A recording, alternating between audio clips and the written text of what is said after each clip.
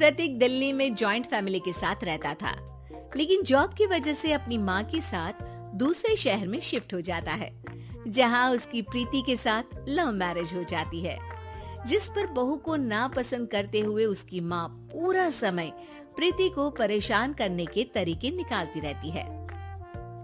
प्रीति, कहाँ हो? सुबह का नाश्ता दोपहर में खिलाओगी क्या? इसमें प्रीति और प्रतीक ऑफिस जाने के लिए तैयार हुए कमरे से बाहर आते हैं, जिसे देख सास प्रीति पर भड़कने लगती है। महारानी, तुम सुबह सुबह तैयार होकर घर का सारा काम छोड़कर कहाँ चल दी? जी वो ऑफिस। हैं? तुम ऑफिस जाओगी तो घर में जो सफाई, नाश्ता, खाने का काम है वो क्या मैं करूंगी? माँ, मैंने उससे वादा किया था कि वो जॉब कंटिन्यू कर सकती है। अरे वाह जी वाह, दोनों आपस में सलाह कर फैसले ले लिए। मैं क्या यहाँ बेवकूफ बैठी हूँ? मुझसे पूछना किसी ने जरूरी नहीं समझा? मम्मी, आप फिक्र ना करें, मैं आज ही रेजिग्नेशन दे दूंगी।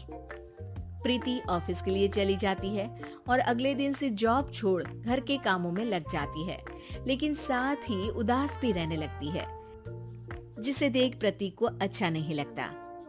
मुझे पता है तुम्हें अपनी जॉब कितनी पसंद थी। आई एम सॉरी प्रीति। अरे कुछ नहीं होता, बस मम्मी खुश रहनी चाहिए।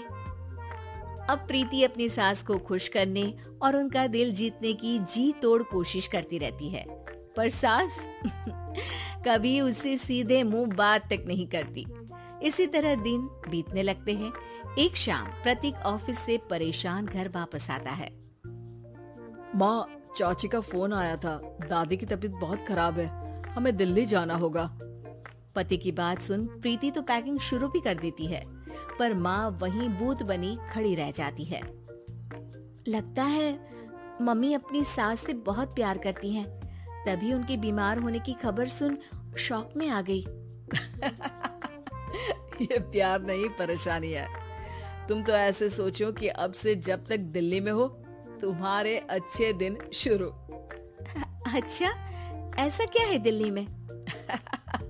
वो तुम्हें कुछ ही घंटों में पता चल जाएगा।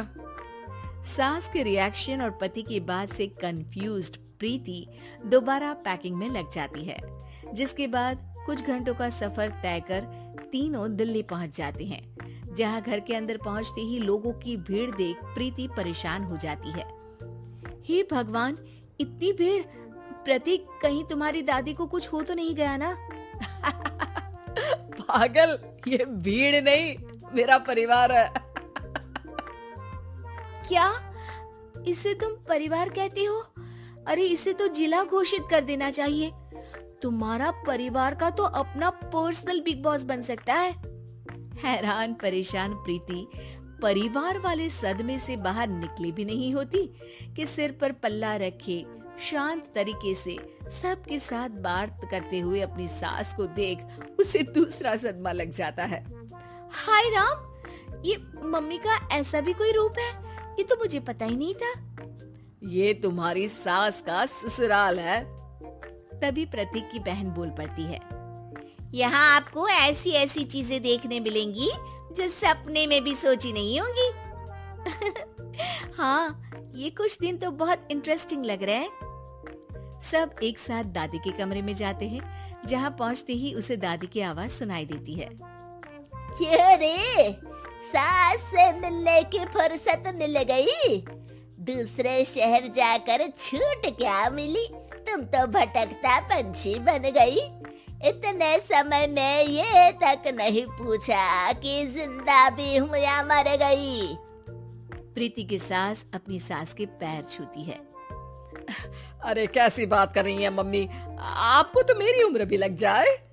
अरे बस कर, ये झूठी उम्र देने वाली बातों का दिखावा ना कर। तेरा बस चले ना तो जो मेरी बची कुची जिंदगी है वो भी अभी खत्म कर दे। अरे बहू कहाँ है? इस पर सास प्रीति को दादी से मिलवाती है। दादी प्रीति को बहुत प्यार देती है। क्यों बहू, तेरी ये सास परेशान तो नहीं करती ना? अगर करती है तो अभी बता दे, मैं इसकी क्लास लगा दूंगी। अरे कैसी बात कर रही है माँ जी, भला मैं क्यों किसी को परेशान करूंगी। प्रीति अपनी सास का ये रूप एंजॉय कर ही रही होती है कि तभी चाची वहां आकर प्रीति को अपने साथ ले जाती है।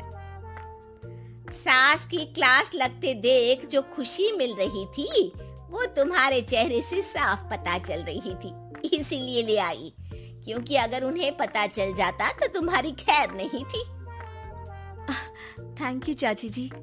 चाची और प्रीति घर में झूले पर बैठी बात कर ही रही होती है कि उसकी सास भी वहां आ जाती है। मतलब यहाँ सारा काम मैं करूँ और तुम बैठी हंसी ठिठोली करो? अरे चलो जाओ खाना बनाओ। सास प्रीति को डांट कर काम करने भेज देती है, जिसे दादी देख लेती है और एक बार फिर सासू माँ की क्लास लग जाती है, जिसे पूरा परिवार मजे से खड़ा होकर देखने लगता है। क्यों रे, मैंने तुझे काम बोला और तू उस बच्ची को परेशान कर रही है? सास की कोई इज्जत रह गई है इस घर में या नहीं? यहाँ खुद की सास होते हुए भी ज्यादा बड़ी बन रही है। अब नहीं मम्मी जी, मैं तो बस थोड़ी मदद के लिए बोल रही थी। सास रसोई में जाकर काम करने लगती है और दादी प्रीति को लेकर वहां से चली जाती हैं। इसी तरह एक हफ्ता बीत जाता है, जिसमें दादी अपनी बहू को डर, इज्जत और प्यार का फर्क समझाती रहती है और प्रीति उसका मजा लेती है।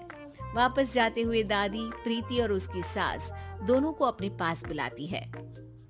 मेरी बहू जिद्दी और अड़ियल है, इसलिए उससे हमेशा सही काम करवाने के लिए मुझे सख्ती करनी पड़ती है।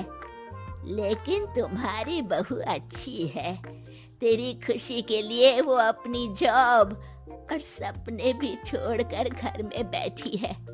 अपनी बहू के साथ प्यार से रहो। और प्रीति, अगर अभी भी तुम्हारी सास परेशान करे ना, तो फिर तुम्हें पता चल ही गया है कि शिकायत कहाँ करनी है। जी, अपनी सास की ससुराल में उनकी सासू माँ के पास।